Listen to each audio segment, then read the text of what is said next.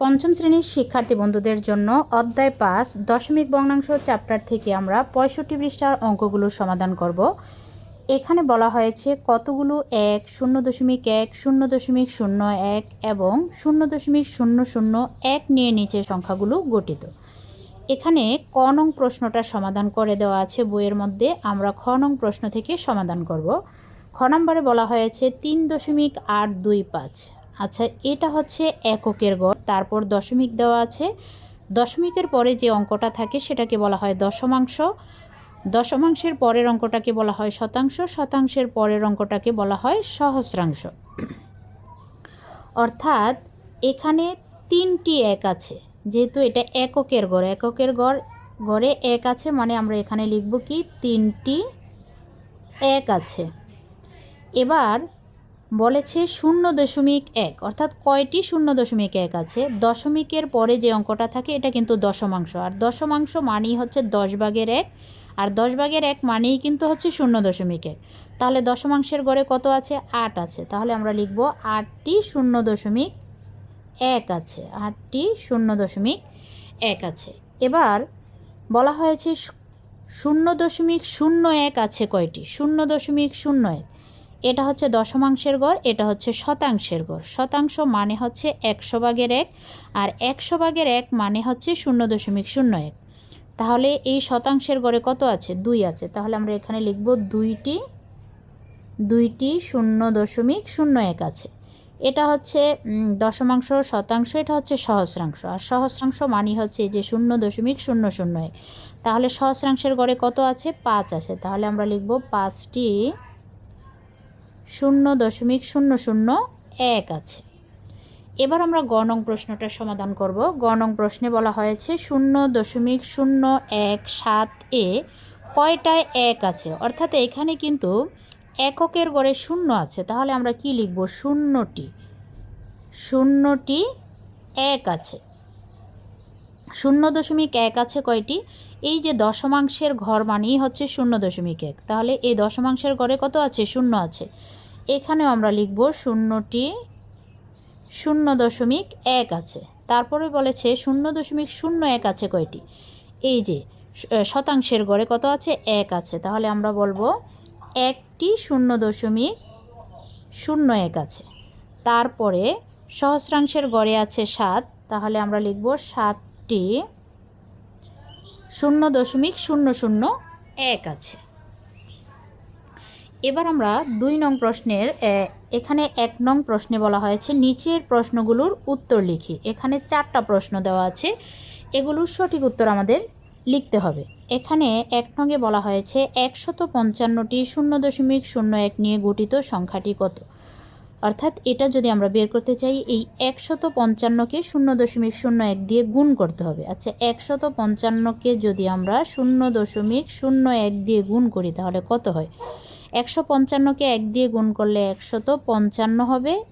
এবার যেহেতু দশমিকের পরে 2টি অঙ্ক আছে, আমরা গুণফলের ডান দিক থেকে 2 অঙ্ক পরে দশমিক বসিয়ে দেব। তার মানে 155টি 0.01 নিয়ে গঠিত সংখ্যাটি হচ্ছে 1.55।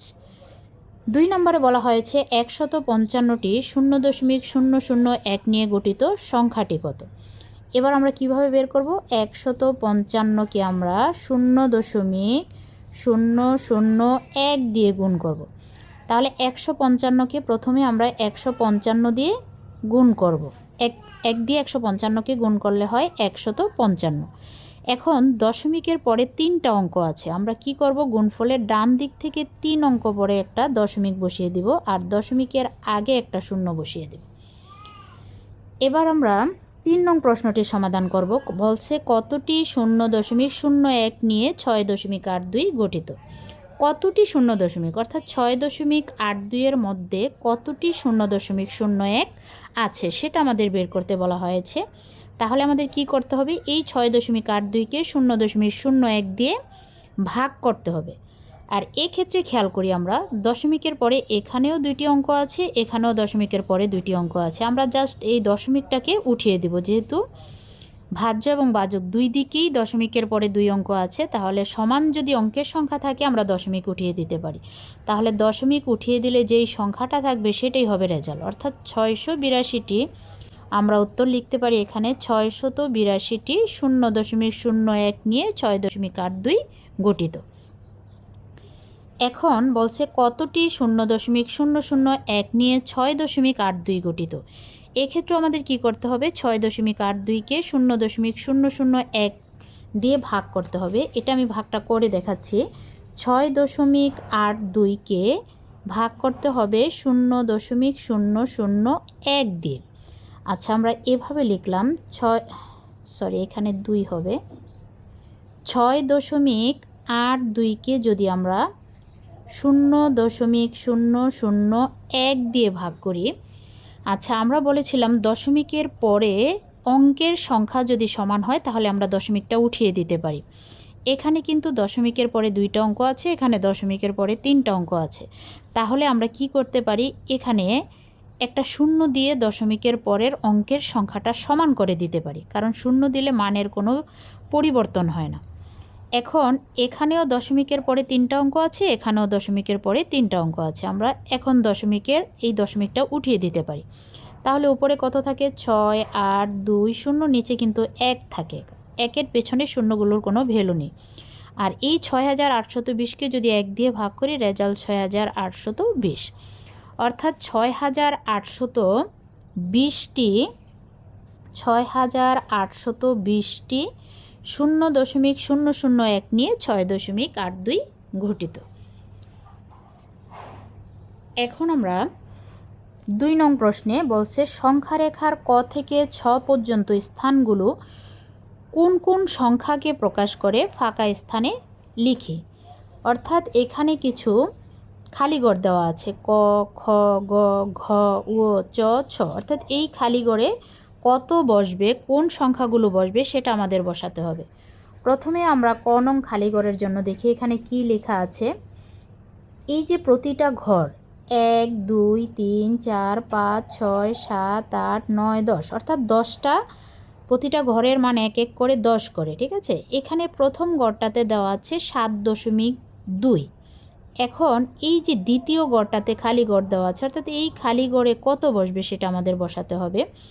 তাহলে এখানে যদি 7.2 হয়, এই পরের ঘরটাতে হবে 7.21, আর এটা হবে 7.22। তাহলে এখানে আমরা লিখব কি 7.22। এরপরে এখানে দেওয়া আছে 7.3, এইখানে একটা খালিঘর দেওয়া আছে খ, এই খালিঘরে কত বসবে সেটা আমাদের বসাতে বলা হয়েছে। খেয়াল করব আমরা 7.3 এই ঘরটার মান। এখন পরে যে একটা একটা করে দাগ দেওয়া আছে, এটা হবে 7.31, এটা হবে 7.32, এটা হবে 7.33, এটা হবে 7.34, আর এটা হবে 7.35। তাহলে খ নঙে আমরা কি লিখব, 7.35। গ নং খালিঘরটা আমরা কিভাবে পূরণ করব, আমরা এখানে কিন্তু মানটা দেওয়া আছে 7.4, এটার মান হচ্ছে 7.4। এখন পরবর্তী ঘরগুলো যদি আমরা যেতে চাই, এভাবে যেতে হবে। 7.4 যদি এটা হয়, এটা হবে 7.41, এক এক করে বাড়বে। 7.42, 7.43, 7.45, 7.46, 7.47, 7.48, 7.49, এটা হচ্ছে 7.48। আর এই ঘরেরটা আমাদের মানটা বের করতে বলা হয়েছে, এটা হবে 7.49। 4-9-এর পরেই কিন্তু 7.5 চলে আসবে। তাহলে এখানে আমরা লিখব 7.49। আচ্ছা, এবার ঘ নাম্বার খালিঘর পূরণটা আমরা কিভাবে করব। এখানে এই যে এই ঘরটার মান এখান থেকে এই পর্যন্ত কয়টা ঘর আছে, 1, 2, 3, 4, 5, 6, 7, 8, 9, 10। এই 10টা ঘরের মান দেওয়া আছে 0.01। 10টা ঘরের মান দেওয়া আছে কত, 0.01। এখন এই যে প্রথম ঘরটার মান কত সেটা আমাদের বের করতে বলা হয়েছে। অর্থাৎ এই ঘরে ঘ নাম্বার ঘরে কত হবে এটা একটু বুঝতে হবে। 10টা ঘরের মান যদি 10 ঘরের মান হচ্ছে কত, 0.1। 10 গড়ের মান হচ্ছে 0.1, তাহলে 1 গড়ের মান হবে কত? 1 গড়ের মান হবে এই 0.1কে 10 দিয়ে ভাগ করব। আচ্ছা, 10 দিয়ে যদি ভাগ করি, এখন আমাদের এই দশমিকটা, এবার আমরা গ নং খালি ঘরে কী বসবো সেটা বের করব। এখানে এই যে এই ঘরটাতে এই যে প্রথমে যে দাগটা দেওয়া আছে এইটার মান বের করতে বলা হয়েছে। প্রথমে আমরা দেখব যে দেওয়া আছে কিন্তু এই পর্যন্ত 1 2 3 4 5 6 7 8 9 10, অর্থাৎ এই 10টা ঘরের মান দেওয়া আছে 0.01। এখন 1 নাম্বার ঘরের অর্থাৎ একটা ঘরের মান কত সেটা বের করতে হবে। এটা বের করার জন্য আমাদের একটু অঙ্কটা করে দেখতে হবে যে 10 গড়ের মান দিয়েছে তারা 0.01, 1 গড়ের মান কত হবে? এই 0.01কে 10 দিয়ে ভাগ করতে হয়। এখন আমরা কি করব? এই দশমিকটা উঠিয়ে দেব। দশমিকের জন্য আমরা নিচে একটা 1 লিখব গুণ চিহ্ন দিয়ে, তারপর দশমিকের পরে 2টা অঙ্ক আছে, তাহলে 2টা শূন্য দেব, অর্থাৎ 100 দিয়ে গুণ করব। উপরে কিন্তু শুধু 1 আছে, অর্থাৎ 1-এর পেছনে শূন্যের কোনো দাম নেই, আর নিচে 100 আর 10 গুণ করলে হয় 1000।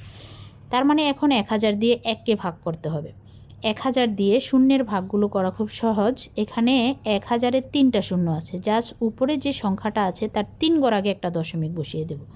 এখন উপরে তো একটা অঙ্ক আছে, আমরা 3 গড় কীভাবে বানাবো? প্রথমত 1 লিখব, 3টা গড় বানানোর জন্য বাকি 2টাকে আমরা শূন্য দিয়ে দেব। 2টা শূন্য দিয়ে তারপর দশমিকটা বসিয়ে দেব, আর দশমিকের আগে একটা শূন্য বসিয়ে দেব। তাহলে এই গড়টার মান কত হলো? 0.00। তাহলে এই ঘরে আমরা লিখব 0.00। এবার ও নাম্বার খালি ঘরে কত হবে সেটা আমাদের লিখতে হবে। এই পর্যন্ত কিন্তু আমাদের দেওয়া আছে কি 0.01, এই ঘরটার মান। এই ঘরের মান বের করতে বলছি। এটা যদি 0.01 হয়, তার পরের দাগটা কত হবে? 0.011 হবে। এই দাগটা হবে 0.012, তারপরে এইটা হবে 0.013। তাহলে এখানে আমরা লিখব 0.013। এখন এইটা দেওয়া আছে 0.02। এখন এই যে এই ঘরটার মান বের করতে বলছে চ নং খালি ঘরে, তাহলে এইটা যদি 0.02 হয়, তারপরে 1 করে বাড়বে।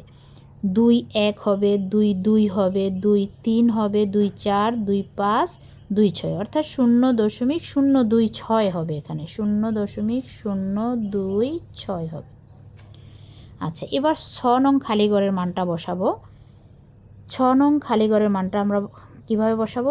এই যে এখান থেকে খেয়াল করব, এখানে দেওয়া আছে 0.03, এরপরে এই ঘরটার মান বের করতে বলা হয়েছে। এটা যদি 0.03 হয়, তারপরে 1 করে বাড়বে। এটা হচ্ছে 0.03, এটা হবে 3 1, 3 2, 3 3, 3 4, 3 5, 3 6, 3 7, 3 8। তাহলে এটাকে আমরা লিখব 0.03। লেখার পরে এখানে 8টা গড় আছে, 8 বসিয়ে দেব। 0.038।